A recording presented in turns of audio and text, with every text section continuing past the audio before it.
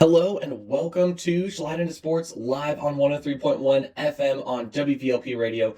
I'm your host, Ryan Schleier, and today it's going to be very college basketball central focus today. But first, before we get into that, we are obviously going to talk about the national championship game of college football, that being Indiana winning the national championship and being the first team from the state of Indiana to bring home the national championship trophy during the CFP era. Now, yes, you heard that right. Might seem a little confusing at first because you're probably thinking, well, Notre Dame has won several national championships before. However, they haven't won a national championship in the college football playoff era. They have been to the playoffs before. They lost to Bama one time in the final game. They also lost to Clemson in a semifinal game prior, and they also lost in the national championship game to Ohio State last year. So Notre Dame has been there before, but they've never brought one back during the college football playoff committee era, where the teams are voted in not by a computer, but by people, by a group of people. So really huge achievement for the Indiana Hoosiers. And this game was very, very close from start to finish, despite Indiana being up 10-0 at the first half. It had me on the edge of my seat the entire time. I mean, the efforts that both of these defenses put up was amazing. Both the defenses just had stellar performances. But at the end of the day, it really came down to one play, and that play being Carson Beck throwing the game-sealing pick to seal the Hoosiers' victory. Now, for the most part, well, actually for the entire thing, Indiana was leading, but especially at the beginning of that second half, when Fletcher got that big run. I think it was either the second or third play of Miami's first drive of the second half. But on that play, that's where it felt like, oh no, Miami, they can come back, they can win this. But at the end of the day, that's not what happened. And Indiana was able to just maintain a 10-point lead for a majority of the time. Indiana was pretty dominant on first downs. They got 5 more first down conversions than Miami did. Miami actually only converted on third down 3 times that game. I mean, that really speaks to the defensive effort put on by the Indiana Hoosiers there. I mean, seriously, just wow. And then the time of possession, Indiana had the ball for 35 minutes, while Miami, they only had it for about 24. And typically, I mean, from what we've seen so far in this playoffs, that's typically what you would see Miami do in a game like this, or really just in all of their games. I mean, all the games in the playoffs, Miami dominated the time of possession. They were able to create more opportunities on offense because of the time of possession advantage that they would have.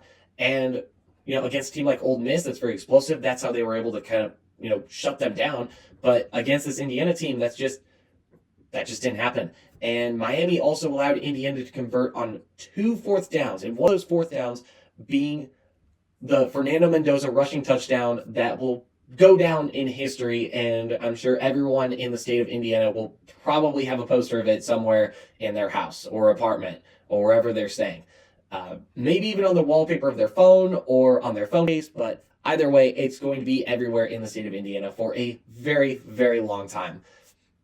I mean, that the script that was written for the Indiana National Championship it felt like it was straight out of a movie. I'm not even going to lie. I mean, Fernando Mendoza going to compete against a team that he had rooted for a long time, that being the Miami Hurricanes, his hometown team, and having to go up against them in the national championship after they rejected a walk-on offer from him. Like, he wanted to walk on at Miami when he was searching for teams back in high school, and they denied him, and him going to compete against them in a national championship, I mean, that's just, you couldn't have written it any better. You really couldn't have written it any better. But what a win for Indiana and really the state, because, I mean, you look at some of the other sports. I mean, you look at NBA where, Tyrese Halliburton and the Pacers, they go to the NBA Finals and they go up against the Oklahoma City Thunder, and in Game 7, Tyrese Halliburton tears his Achilles, and then Indiana loses in the Game 7. Caitlin Clark also had an injury as well, and then, of course, Daniel Jones, but just a lot of tragedy in Indiana sports history, really the past year, And now, being able to turn it around with this win from, at one point, the losingest college football program in the entire country, in the FBS, in the Power Four. I mean, it's incredible.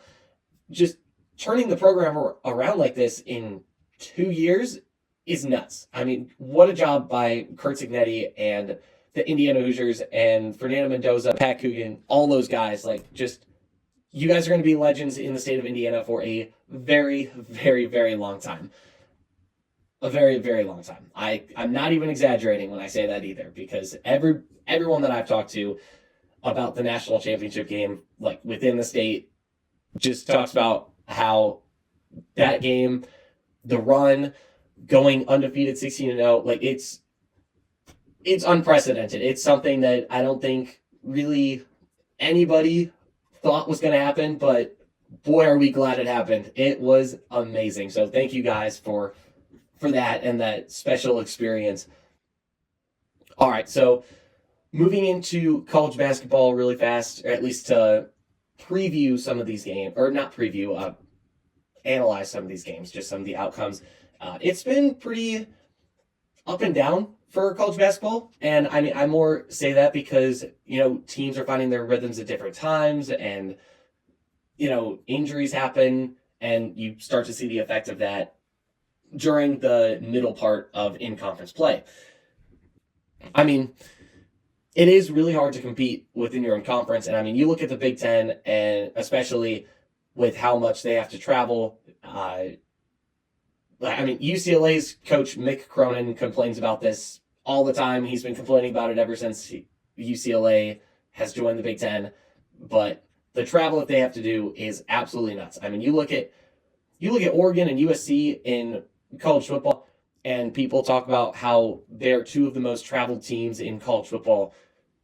And basically with college basketball, you amplify that by 3, because in college basketball, you're traveling, you have 2-3 games a week sometimes. Like, and sometimes, most of the time you have 2 games a week. Sometimes you have 3. Like, it's wild. It's wild. So the travel in college basketball is just nuts to me.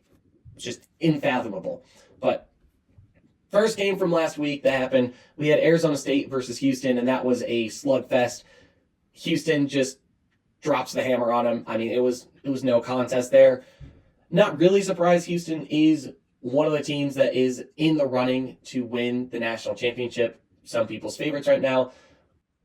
They were good last year. I don't know if they're the same as last year. I feel like there's more good teams this year than there was last year. I mean, last year it was pretty undisputed that it was Houston, Auburn, and Florida as the 3 best teams. Duke maybe as a 4th best team, but there wasn't really that much parity in terms of a national race to the national championship. Like, nationwide wise, I guess is more what I mean.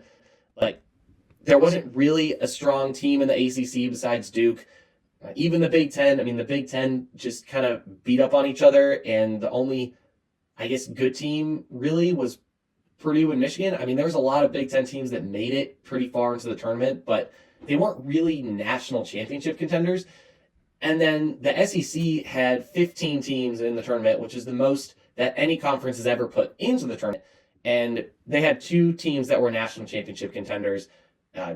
3 other teams were in that, like, just below them. Like, they were a tier below them, but they were set up to make it very far as well. But college basketball is in a very interesting place right now because, you have a team like Miami of Ohio who's undefeated.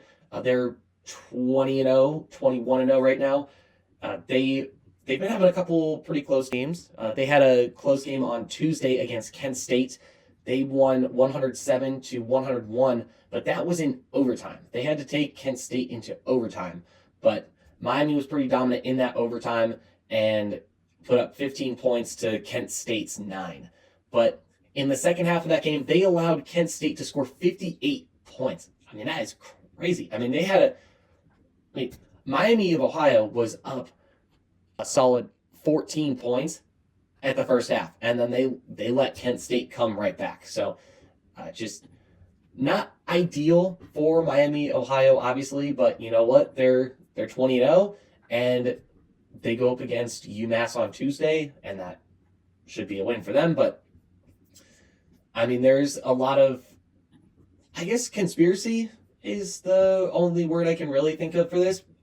I mean, it's not the best word, I'd say, but it's the one that kind of makes sense because, I mean, you look at it and it kind of is a conspiracy as to why Miami of Ohio is ranked 25th, even though they're one of 3 undefeated teams that remain in the country. Nebraska is also undefeated. They're kind of like the Indiana feel-good story where, normally Nebraska is seen as a football school, yet they're undefeated in college basketball. And it doesn't really make that much sense to people that don't really follow Nebraska basketball, and yet there they are. I mean, they're going to have a pretty interesting game coming up soon. They're going to be playing Michigan. But, yeah, I mean, I don't think anyone really expected Nebraska basketball to be undefeated at this point in the year, let alone being one of 3 undefeated teams left in college basketball. And then the final team that's undefeated is Arizona. And Arizona, currently the number 1 ranked team in the country. They're 19-0. And they've pretty much just been plowing through teams for the most part. I mean, they had a close game against Arizona State January 14th, but Arizona State is, obviously a rival, and that's always a tough game for Arizona, no matter what the year is. But for the most part, Arizona has been running through everyone else otherwise. So, I mean, even Alabama, number 17 ranked Alabama, they beat them back in December. So, I mean, and Alabama in basketball is a pretty solid team. I mean, they're a basketball school now, apparently. But, yeah, Arizona, they've got a pretty big game tomorrow, though. They're going up against the number 13 BYU Cougars tomorrow at 8. That is going to be a very fun start to the college basketball slate this week. But, yeah, a very fun Arizona team. And the reason why I bring Arizona up is because Arizona is kind of like the Alabama college football equivalent, where they're traditionally pretty dominant. They're very consistent, winning program in history, like at least in the history of college basketball. But yeah, just a very powerful team, not an underdog. They're the one undefeated team left that is not an underdog. Nebraska and Miami of Ohio are the 2 remaining underdogs. I mean, I guess Miami of Ohio isn't really an underdog in the group of 5, but they're an underdog in the general scope of college football, if that makes sense. But yeah, a very fun race to see who is going to be undefeated the longest. And it's going to be hard to say who's going to be undefeated the longest. I will say that much. Florida, they look like they're back. They played LSU on Tuesday, beat them 79-61. But then later in the week, they end up losing to Auburn. That one was a pretty close affair. For the most part, up until about the very end, Florida lost 67-76. And this is an Auburn team that kind of struggled at the beginning of the year. Obviously, they lost their head coach. He retired like at the beginning of the college football season. So end of August, mid-August, early September, he released a video saying that he was retiring, which I was kind of surprised. I didn't expect him to retire, especially at that point, just because, you do all the recruiting and all that stuff. And, I mean, we saw what happened when Nick Saban retired from Alabama, and a bunch of recruits left because they didn't know who the coach was, and Kalen DeBoer, was bringing all his guys in. So it was just a whole scene, and Auburn was kind of navigating it and figuring it out. But right now they're 13-7, and they beat the last year's national champions in college basketball. So I mean, that's huge deal for Auburn, especially considering the starts of the year that they've had. But yeah, they're finding their way, and the SEC race, because of that, continues to get tighter and tighter. For other games that happened this week, we had Indiana, Michigan. Indiana lost 72-86. I mean, this one didn't really come as a surprise to me just because of, them going on the road. Michigan's a tough place to play in college basketball now. Dusty Mays really got that program going. They only have one loss right now. I mean, this is a really tough Michigan team, and Indiana has been struggling in the second half of games for the most part, except in this game against Michigan. I mean, this game, it seemed like they have their second half mentality figured out, but then they couldn't really get anything done in the first half. So there's some kind of halftime adjustments that were figured out, which helps the Hoosiers, obviously. I mean, they scored almost just as much points as Michigan did in that second half. They put up 43 to Michigan's 46. But that first half is really what held them back. But based on their game against Rutgers, it seems like Indiana is starting to kind of find their way a little bit more and, really figure out who the starters are going to be. I mean, obviously, there was DeVries' son, Tucker, he's starting. Obviously, Enright's one of the starters. Wilkerson's one of the starters. But it seems like they're really starting to center in on other people to take that starting job. And I think that's the big thing here. Nick Dorn is that other guy. I mean, he hasn't really seen too much playing time from what I've seen, but he really shined in this game against Rutgers, and I think ultimately that is going to help Indiana overall, and it's going to help them maybe get hot later this year. I mean, they're going to be going up against Purdue here pretty soon. That's going to be an electric game, but yeah, just teams figuring their stuff out at different rates, and that's just how it goes. And there's no real recipe to when you have to figure it out versus, at least in comparison to the championship tournament, because I mean we've seen teams start off really hot and then get really cold for the final month, like during conference championship season and just the weeks leading up to conference championship season, but then going on an insane run in the championship tournament. We've seen, like North Carolina State, where they were pretty dead for the most part, and then they win their way into the March Madness tournament by going into the ACC conference tournament as the last seed, and then winning the whole thing, and then playing a play-in game, and then going to the Final Four. That was 2 years ago. Just absolutely insane. I mean, there's really no recipe. You just have to find it at some point in the year, and then when it's time, just send it and just make a run in the tournament. I mean, that's really all it takes. I mean, I think at least in terms of March Madness, I think that first game is the toughest. I think that first game is the toughest because then, if you don't find a rhythm and your opponent does, you might be screwed. You might be screwed there. So, yeah, I mean, that's the whole thing. You find your rhythm in the championship tournament in that first game, and then, you ride the wave. That's pretty much how it goes. Georgia, they get a close win over Missouri, 74-72. Arkansas just absolutely crushed Vandy, 93-68. And this was a Vanderbilt team that was undefeated for a large part of the year, and they've just been kind of on a downturn a little bit. Couple of losing streaks.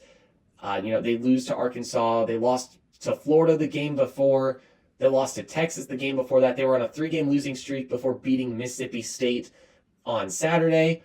But, yeah, it seems like Vandy kind of figuring it out a little bit. But, again, it's no real recipe to get into the tournament. You just have to, I guess, appeal to the committee in some way. I mean, it is committee-based. I mean, kind of like football, it's pretty committee-based, but there is a lot more teams that can get in. And with that being said, let's move on to the next game. We've got Michigan State, Oregon. Michigan State beats Oregon 68-52. Texas Tech beat Baylor 92-73. UCLA upset Purdue on Tuesday 69-67 with a game-sealing 3. They were down by 1 point, and then UCLA, right at the end of the game, just gets a clutch three. And that game was at UCLA. So again, like I talked about the travel that the Big Ten has to deal with in their basketball schedule. Nick Cronin is one of the people that's been complaining about it. So it's kind of ironic that he gets the win here. But like the irony is not lost on me. Trust me. But him getting the win there, that's a big win for him and that team this year. And that was kind of the beginning this week of Purdue's losing streak because they lost to Illinois on Saturday 88-82, and that was at Purdue. So Purdue went a little bit of a losing streak before playing Indiana on Tuesday. So that's a good thing for Indiana. At least, they're going to look at that game, maybe head in with a little more confidence, but we'll see what happens at the end of the day. They are going to play each other twice, or they should be playing each other twice. Normally, they play each other twice in college basketball. So then Kansas beat Colorado 75-69. That's not too much of a surprise. Colorado's looked better this year than last year. Last year, they had a great year the year before that, but then they just, I don't know what, it's like Colorado just fell off a cliff last year, and now they're kind of back, I guess, but yeah, good game by Kansas there, or good win by Kansas there. Then Illinois beat Maryland 89-70 on Wednesday, so this is the start of the Wednesday games from last week. UNC beat Notre Dame 91-69. Washington lost to Nebraska 76-66. Gonzaga beat Pepperdine 84-60.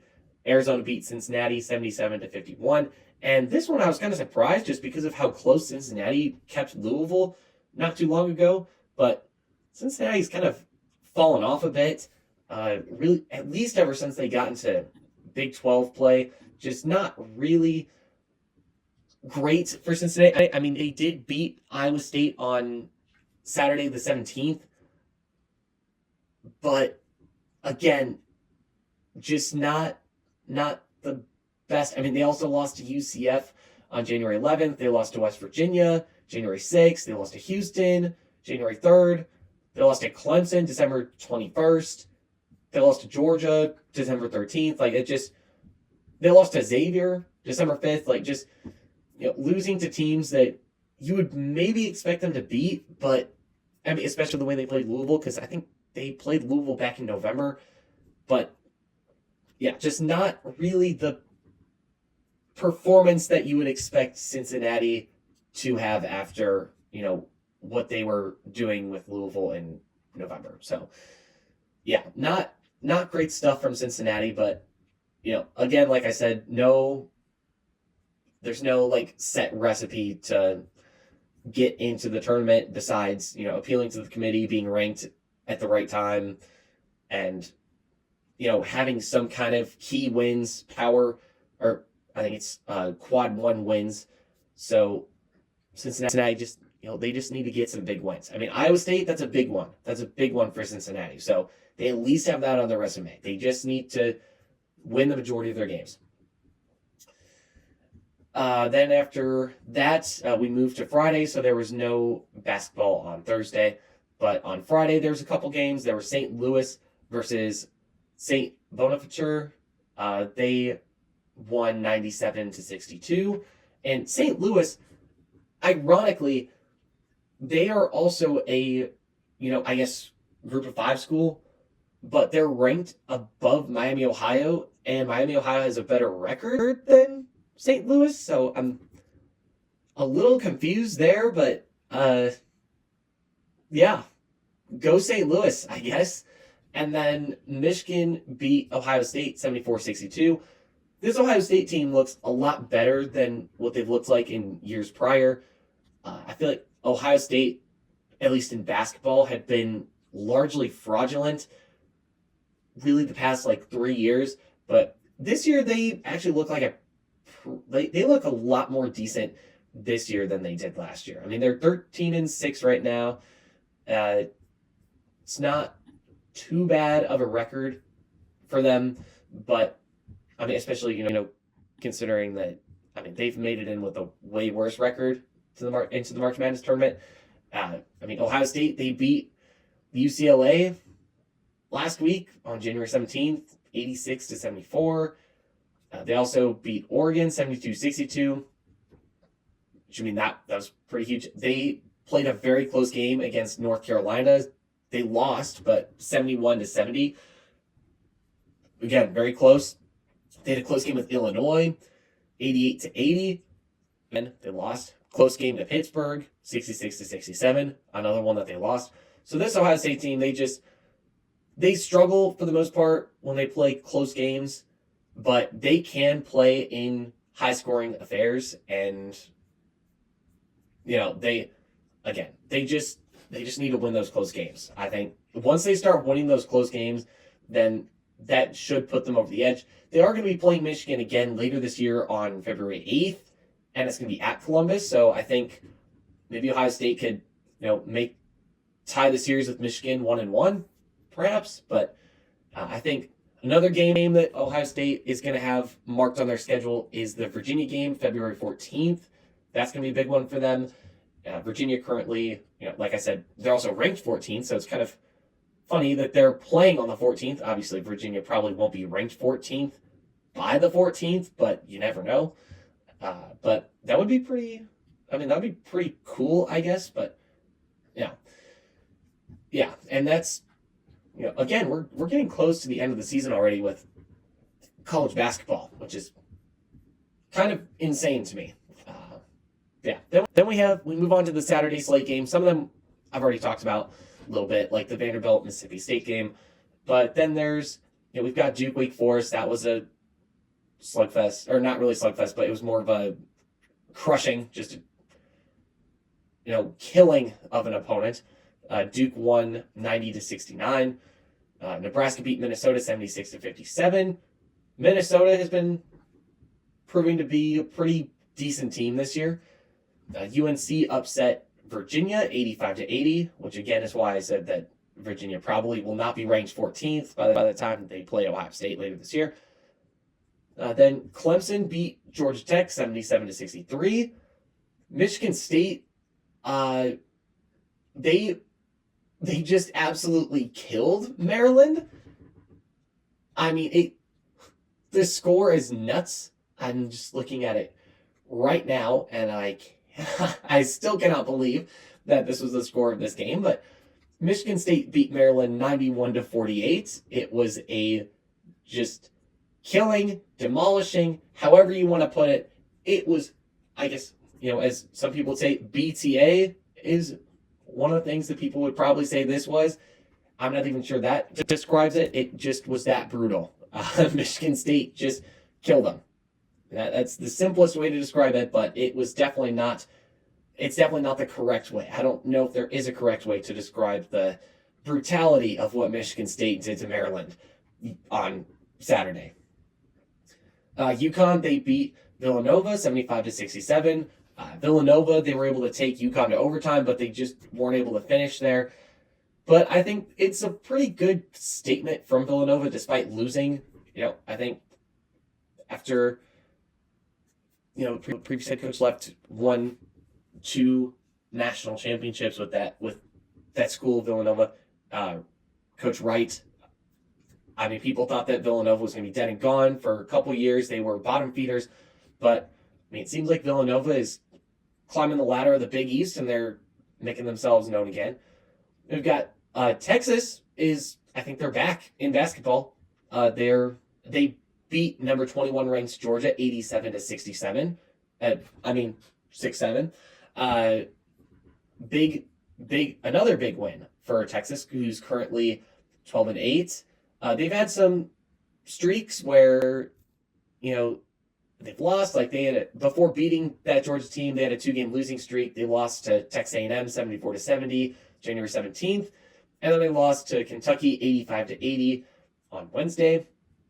But Vandy also has some pretty solid wins on their schedule. I mean, they beat Alabama 92-88. I believe that was a game that I brought up a couple weeks ago. They also beat Vanderbilt 80-64. That was a big win for them. But they also have some pretty big losses in there too. I mean, you look at Arizona State. They lost to Arizona State by 1 point, 87-86. That hurts a lot because Arizona State isn't one of the better teams in the Big 12. I mean, they're one of the weaker teams within the Big 12. Texas also lost to Virginia 88-69 at the beginning of December. They lost to UConn 63-71. Lost to Mississippi State 101-98 in overtime. They lost to Tennessee 71-85. So they strung together some losses. Really, ever since that Alabama game, it seems like this Texas team has kind of found their stride a little bit more. They're going to have some more games to prove themselves. They're playing Auburn on Wednesday. They play Oklahoma, who's pretty good within the SEC, on Saturday, January 31st. They're also Missouri is pretty good this year. They're going to get a stab at them. Same thing with Ole Miss. Ole Miss is pretty good. And then later in the year, they're also going to be playing Florida and Arkansas, end of February, beginning of March. So Texas will be able to, accrue some big wins on their schedule to, prove that they are worthy of being in the March Madness tournament. So, yeah, that's that game, I guess. But yeah, I mean, big win by Texas. Big 20-point win there. Then we had a huge Big 12 matchup as well. Houston versus Texas Tech. Texas Tech won 90-86. So Houston will probably be bounced out of the top 10 for the AP poll, in the coming hours. Arizona, they beat West Virginia 88-53. Louisville beat Virginia Tech 85-71. I already talked about this, but the Illinois beat Purdue 88-82. Iowa State beat Oklahoma State 84-71. Already talked about this game as well. Auburn beat Florida 76-67. LSU lost to Arkansas 85-81. They kept it close, but they lost. BYU, they beat Utah 91-78. Gonzaga had a close game with San Francisco 68-66, but they came out on top. Kansas, they beat Kansas State 86-62. In-state rivalry game there. And then Tennessee beat Alabama 79-73. And this one was kind of funny to me, not because Alabama lost.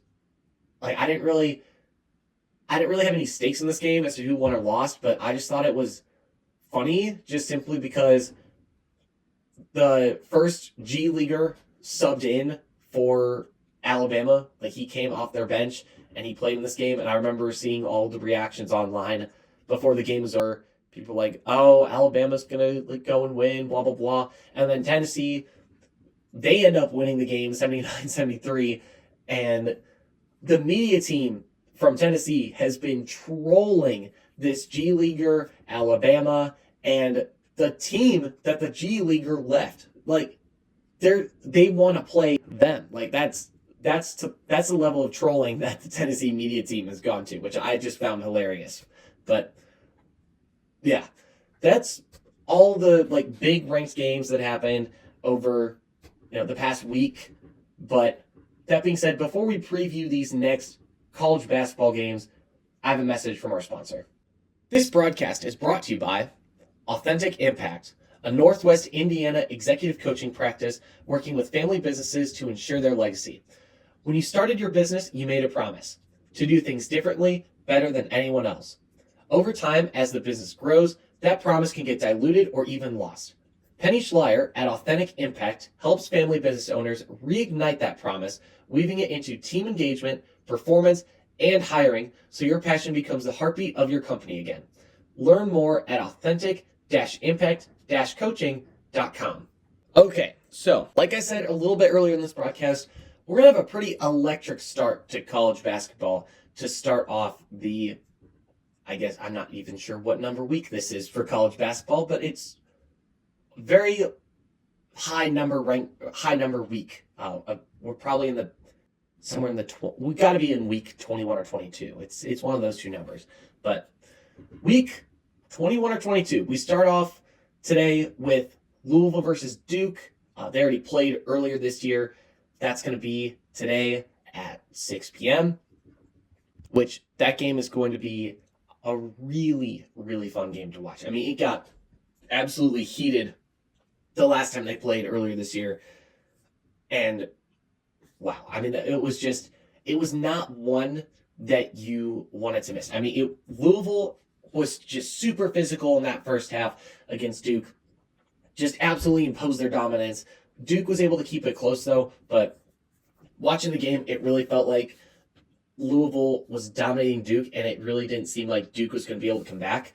But Duke got Louisville into foul trouble. They started making momentum and coming back, and they outscored Louisville in the second half, and they ended up winning the game 84-73, and this was at Louisville. So I think Duke should probably win this game, especially since it's at home. I think Duke is better than Louisville. I mean, Louisville is pretty equal with Duke, but I think Duke's bench is ultimately what's going to help Duke win this game against Louisville.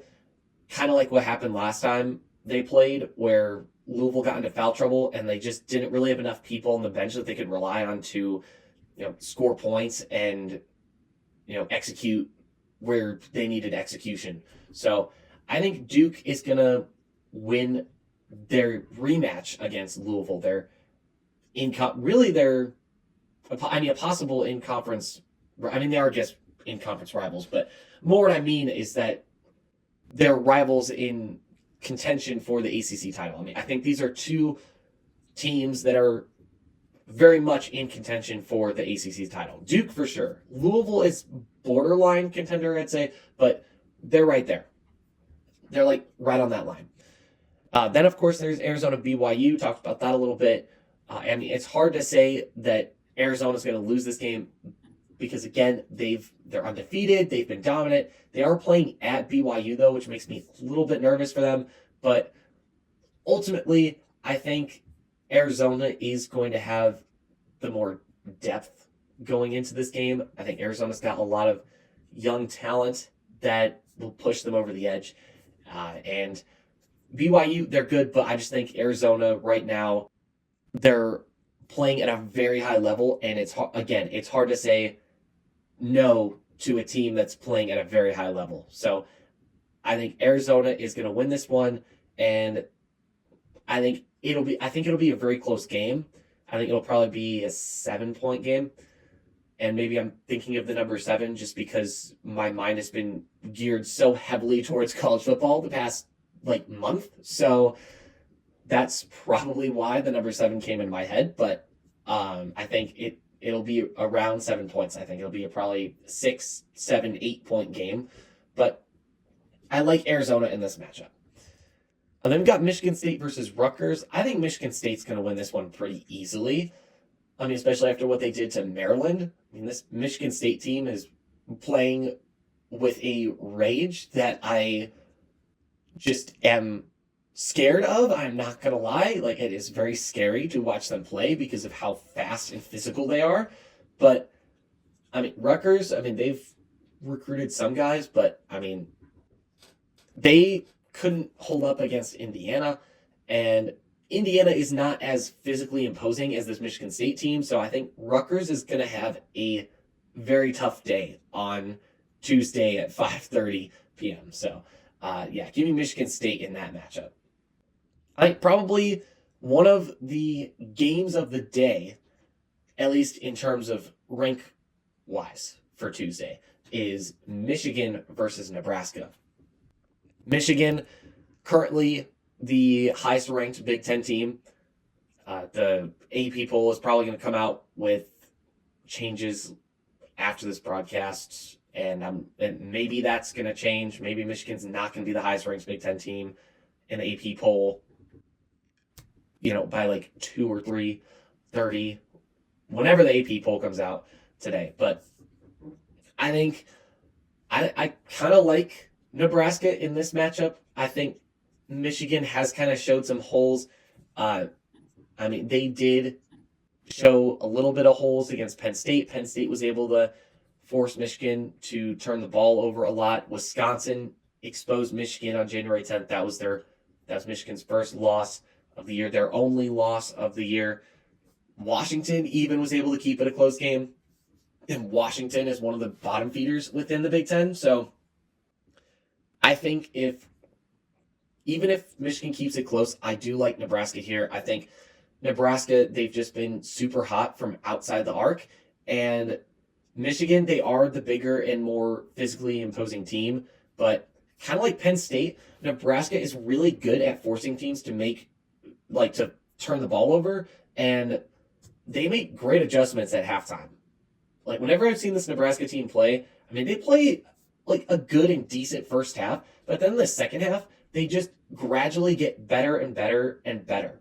And their adjustments are impeccable. So I like Nebraska in this matchup. I think Nebraska is going to get the upset win against Michigan on Tuesday at 6 p.m. Then there's Virginia Notre Dame. I think Virginia's going to win this one pretty easily. Notre Dame has been, I don't even know, they've been pretty terrible in basketball this year. I'm not really sure how else to describe this year in college basketball for Notre Dame, but it's been pretty bad. They haven't really had any good wins. They have terrible losses, to say the least. But yeah, just not a really good Notre Dame team going up against a pretty solid Virginia team that's going to be hungry for a win after losing to North Carolina. Give me Virginia here. They've got Arkansas, Oklahoma. I like Arkansas in this matchup. Oklahoma, I mean, they're not a bad team in the SEC, but they're also not they're not really contending for anything this year. Arkansas, they look better than last year, I think. I mean, the approach that Calipari has with the transfer portal, I mean, he doesn't really use the transfer portal all that much. The only time he really used it was when he took his guys from Kentucky and brought them to Arkansas after he got fired from Kentucky. But other than that, he doesn't really use the portal. He prefers recruiting guys, and he's great at developing those guys. And again, like I said, they look better than last year. So I'm taking Arkansas in this match. I would take Arkansas in this matchup. Then we've got Providence, UConn. Providence is, I mean, they're kind of a mid-tier Big East team. Normally, they're either mid or they're solid, which is, I guess, just below championship contending team level. But I mean, Providence, they can be good at times. This year, I just don't think that's the case. And UConn has been pretty dominant. And I think they're going to want to get some kind of statement win after having to get taken to overtime by Villanova. And Dan Hurley is definitely a guy that is fueled by revenge. I mean, you just listen to him in the press conferences, listen to him or just watch him while he's coaching. He is definitely a vengeful dude. I mean, I don't mean that in a bad way either. I mean, he's ruthless. He's just ruthless. So, I mean, it's he's just a competitor, I guess, is more what I should say. He's just a hyper competitive individual. So I think UConn will win in that game against Providence. I mean, besides that Villanova game, I think UConn has been pretty dominant this year. We've got Missouri, Alabama. This is one where I could see Missouri maybe getting an upset against Alabama, or upsetting Alabama. But because it's at Alabama, it's hard for me to really go against Alabama. I mean, playing at home is a huge advantage in college basketball. I mean, not even because, you don't have to travel, but because you have your fans right there. It's not a neutral site game, so it's not going to be hostile for Alabama. And I think, this is a great game. This is set up as a game for Alabama to kind of find their mojo again, kind of get their get back after the humiliating loss that they took against Tennessee. And I only say humiliating simply because of what the Tennessee media team has been doing, just the trolling that the Tennessee media team has been doing to this Alabama team is insane. I mean, there's not a lot of not a lot of teams that do that level of trolling. I mean, it's kind of insane to watch, but I think Alabama's going to be very motivated going into this game. And Missouri is one of the better teams within the SEC. I think they're better than Oklahoma. I will say that much. I mean, Missouri has some very good wins on their resume right now. So Alabama getting a win against Missouri, even though Missouri technically is the underdog here, I think would be a great win for Alabama to have on their resume. So I'm going to take Alabama here, and I think they're going to make it a statement. I think Alabama is going to end up winning by 12 points. I think 12 points. I mean, a double digit win. I mean, I'm sorry, a double digit win to me is a statement win. I mean, maybe that's because, again, I've been so geared on football, but I mean, you win by double digits. I mean, that's pretty good. I mean, that's a pretty solid statement right there. And we've got St. Louis versus George Washington at 7 on Tuesday, which I think St. Louis should win that one pretty easily there. We've also got Vandy versus Kentucky, and Kentucky's had some weird losses, but also some solid wins. They have been very inconsistent, to say the least.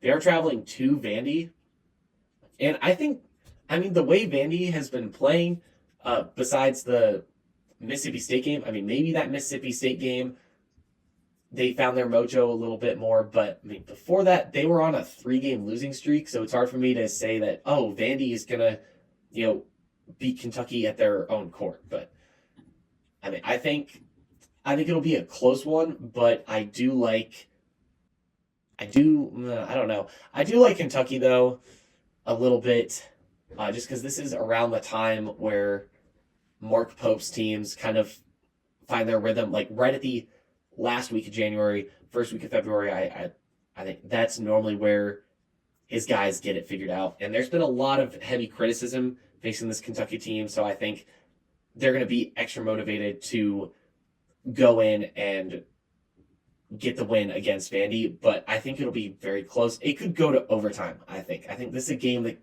very much could go to overtime. Then there's UMass versus Miami, Ohio. I think Miami, Ohio is playing like one of the best teams in the country. I mean, it's kind of hard to say that just because, their schedule and the teams that they've beaten, but I mean, they're very efficient from outside the arc. They're great at free throws. I mean, they do everything right and they do everything well. So I like this Miami of Ohio team, and I think they get the win against this UMass team, especially in Miami, Ohio. And then finally, capping off the Tuesday slate, we have the Indiana versus Purdue game, and that's going to be played at Indiana. This is going to be a very crazy game because Purdue, again, they're on a 2-game losing streak right now. Indiana found their rhythm a little bit against Rutgers. It looked like they were starting to figure it out. So maybe Indiana gets an upset win over Purdue. Maybe they climb their way back into the rankings. But Purdue also is going to be very motivated coming into this game to get the win against their rival and doing it at their court. The amount of time, I don't know, maybe this is recency bias, but a lot of the times that I've seen Indiana and Purdue play, they always beat each other at each other's arenas. So maybe Purdue wins just because of that, and they continue that streak. But I do like the way Indiana played against Rutgers, and I think that is something that if they continue to play that way and they, get that right starting five, the same starting five that they had going up against Rutgers, I think they could get it done against Purdue. I do think it'll be a close game, though, because I think Purdue definitely has that height advantage, and I think Purdue's a team that could be more physical against this Indiana team simply because of their size, but I do think Indiana, for this game, they could get hot, and it could be scary for Purdue. So I think it will be close, but I'm going to take Indiana for the upset win. And sorry, my camera's facing backwards, but it's hard for me to pick against my school in this game. And, especially because arch rivals. So, but I think Indiana could get a sneaky close win here. I do. And we kind of need it. I'm not going to lie. We kind of need that. So, yeah. All right. With that being said, we move into the Wednesday slate, which is January 28th. Tennessee plays Georgia. Tennessee, I think they beat Georgia in this one. Georgia obviously is ranked higher than Tennessee. That could very well change because the AP poll has not come out yet. So we'll see. But I do like the way Georgia's been playing. I do also love the way Tennessee's been playing, though. So I think I'm going to pick Tennessee here. I just think this team right now, I mean, especially after that Alabama game, they really showed the fight that they have and that they can really take it to a team, whether they're a former G League player or they're a freshman in college. They will take it to you no matter who you are. That's the message that I got from Tennessee after that Alabama win. So I'm going to take Tennessee here. I think it'll be a 5-point win for Tennessee, but I'm taking Tennessee. Then we've got Houston versus TCU. That one's going to be right after at 8 p.m. Houston currently ranked sixth. That is going to change after that Texas Tech game, but currently ranked sixth. TCU currently unranked. And I could see Houston maybe getting a win simply out of just out of revenge against TCU. Sampson is not one who likes to lose. And I will say he does also like to have those higher. I mean, really anyone likes the higher seeds in March Madness, but he knows how to do it. And he normally doesn't drop a lot of games. So Houston, I think, is very reliable. They're definitely the reliable pick here. But I will say, I think TCU they're a pretty sneaky team. They did keep it close with Kansas not too long ago. I think they keep it close with Houston, but I don't think they get the win. I think TCU ultimately will lose, but I think it'll be by about 4 points. I think it'll be very close. Then there's Florida, South Carolina. I think Florida wins that one pretty easily. South Carolina is a bottom feeder in the SEC this year. Then we've got Colorado, Iowa State on Thursday. I think Iowa State gets the win there. Colorado, again, like I said before, not as bad as last year, but not quite at the level as Iowa State. Then there's Illinois, Washington. I could see that one being weirdly close because Washington has been playing a lot of teams close lately. But ultimately, Washington is traveling to Illinois. I think it'll probably be a 10-point game. I would take Illinois in this game, and I like Illinois to win this one. Then on Friday, we've got another in-state rivalry game. We've got Michigan versus Michigan State. Michigan, who's currently ranked above Michigan State, which, again, like I said, that could change. I doubt it will because both teams won their games. So it's very unlikely that they move around each other. But this game, leading into next week, they probably will move around each other if Michigan State wins. And personally, I like Michigan State in this game. It's at Michigan State, and Michigan State has been playing with just a brutality that I just really have not seen. I mean, they're just, like I said before, they are super fast, they are super physical, and they can score in whatever way they want to. They are a really good team this year. They're super efficient. And Michigan, I mean, again, like I said before, they've shown holes, they've shown flaws, they've shown that they can turn the ball over. And this Michigan State team, very fast, very good on defense. So I'm taking Michigan State in this one. I think this one will probably be a super efficient. Very fast, very good on. So I'm taking Michigan State in this one. I think a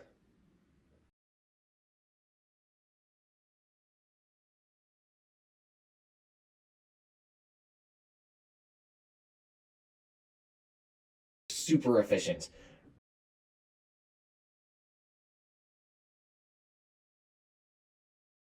State in this one. I think a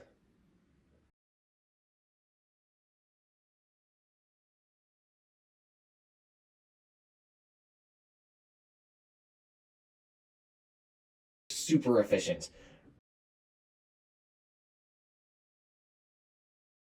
State in this one. I think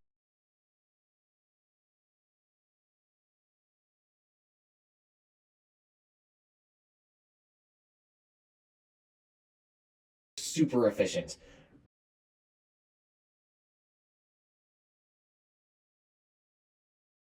State in this one. I think they're really starting to get hot. So I think I wouldn't be surprised if by next week, especially after they beat Georgia, which I mean I'm assuming they beat Georgia. So yeah, after next week I think this could be a Texas A&M win. Virginia versus Boston College. Virginia gets that one. Arizona State. I think Arizona wins that one. SMU, Louisville. Give me Louisville. UNC, Georgia Tech. I think North Carolina gets that one. NIU, Miami, Ohio. Give me Miami, Ohio. 13, BYU versus 19, Kansas. I think BYU will probably get this one. Kansas has been kind of up and down, so I like BYU here, but I wouldn't be really at all surprised if Kansas came out with the win because it's in Kansas. You know what? Actually, give me Kansas. I'm flipping my pick. Give me Kansas. I think Kansas will get this one. They looked really good against Kansas State, so it's hard for me to. I don't know. Like, it's hard to pick against teams that are hot. So I'm going to take Kansas here. Then we've got Kentucky versus Arkansas, a kind of revenge game-esque vibe for Calipari. I think Arkansas kills them in this one. It's at Arkansas, and like I said before, Arkansas looks a lot better than last year, so give me Arkansas in this game. Then we've got UConn Creighton. Creighton does not look as good as they have in years past, and UConn looks a lot better than they did last year. They don't have as young of a team. Their team is a lot more experienced, so I'm taking UConn here, hands down. Then we've got Vanderbilt Ole Miss. I think Vanderbilt traveling to Ole Miss is a little bit of a scary situation, but I do like Vandy here. I do think it'll be close, and I think it'll go to overtime. I think that's going to be one that goes to overtime. Then we've got Gonzaga versus St. Mary's, California. That's a rivalry game, like in-conference rivalry game. Both these teams consistently make the March Madness tournament. And this is normally around the time where Mark Few and the Gonzaga Bulldogs drop an in-conference matchup to St. Mary's. So I'm going to take St. Mary's in this matchup, even though it is hosted by Gonzaga. And then finally, we have our Sunday slate, February 1st. We've got Alabama versus Florida. I think Alabama traveling to Florida is a little bit of a scary situation. Florida is kind of finding their fire again, and so I'm going to pick Florida for this one. Then we've got Purdue versus Maryland. At Maryland, I think Purdue crushes Maryland. I don't think it'll be very close. Maryland is clearly just not it this year. They just don't have it this year.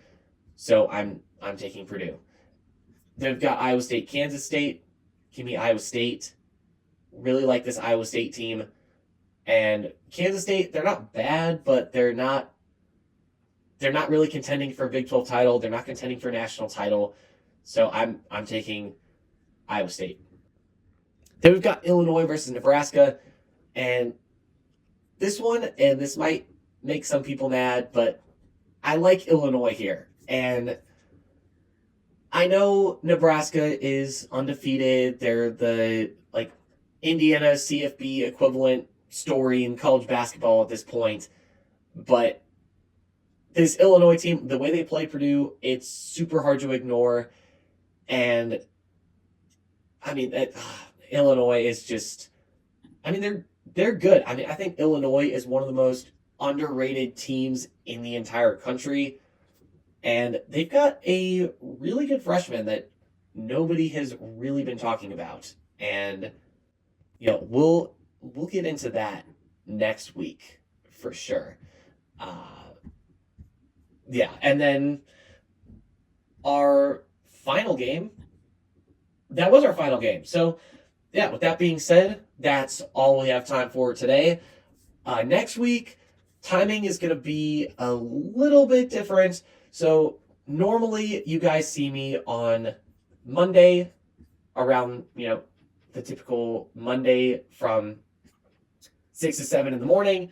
But because I'm gearing this more in focus of college basketball now and college football season is over, so now I'm able to do this. Instead, normally the replay day is on Tuesday from 2 to 3. Now the main date, the primary release date, or I guess, live date and time is going to be Tuesday from 2 to 3. And then you're also going to be able to listen on Friday from 9 to 10 p.m. So, stay tuned for more college, I guess now it's going to be college basketball content, but stay tuned for more college basketball content. And with that being said, Schlyde out.